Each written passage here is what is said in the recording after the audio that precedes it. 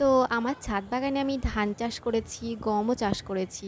তো দেখো কি সুন্দর হয়েছে, ছোট্ট ছোট্ট মিনিকেট ধান এগুলো। ভীষণ সুন্দর হয়েছে আর পেকেও গেছে দেখো।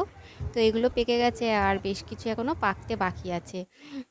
তো এখানে আরও অনেক কিছুই গাছ হয়েছে। এখানে হচ্ছে কারি পাতা গাছ, তারপরে তুলসী গাছ, তারপরে হচ্ছে গিয়ে পেঁপে গাছ, তারপরে হচ্ছে গিয়ে পুঁইশাক গাছ। অনেক কিছু গাছ হয়েছে একটা জায়গার মধ্যে। তো আর একটা ঠান্ডার ফুলের গাছ হয়েছে, আর সেইটা কিন্তু এখন ফুল মনে হচ্ছে হবে না।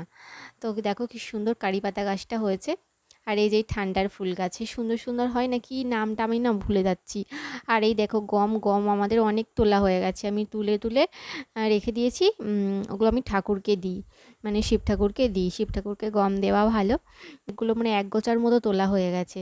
তো আমার ছাদ বাগানে ধান ও গম গাছ দেখতে তোমাদের কেমন লাগলো প্লিজ কমেন্ট করে জানাবে।